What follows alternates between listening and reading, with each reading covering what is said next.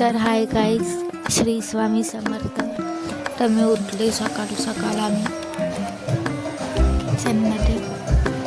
मला इडली करायची होती, तर मी रव्याची करणार होती. एकदम पटकन होते ती, म्हणून मी रवा घेतला, दही घेतला आणि सोडा टाकला त्याच्यात आणि मीठ, बस एवढंच.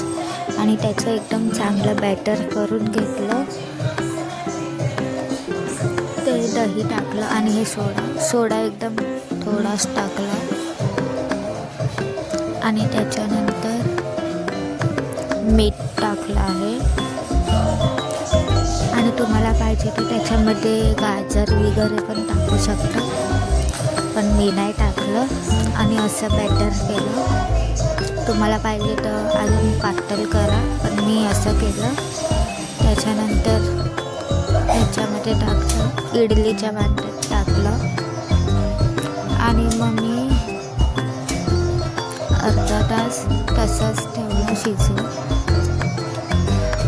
मग माझं झालं. त्याच्यानंतर मी त्याला फ्राय करणार होते, म्हणून मिरची आणि कोथिंबीर कापून घेतली आणि मग मी हिंग घेतलं, कढईमध्ये तेल टाकलं, राई टाकली, जिरं टाकलं आणि हळद टाकली थोडीशी. हे हिंग टाकलं आणि त्यानंतर मिरची आणि त्याला म्हणजे एकदम हे केलं, मी भाजलं चांगलं. त्याच्यानंतर हळद टाकली आणि मग इडली टाकली. त्याच्यानंतर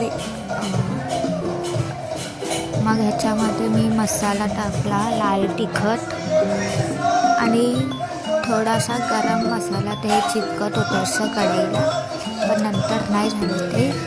नंतर बरोबर झालं, टाकतानाच थोडं चिपकलं. तर हे हळद वगैरे टाकली, तर मी ह्याला लावून घेतलं.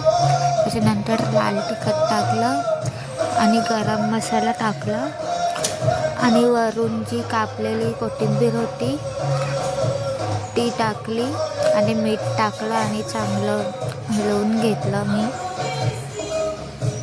तर मी अशी म्हणजे चटणी नव्हती माझ्याकडे, म्हणून मी असं केलं. तर माझं असा होता आजचा दिवस.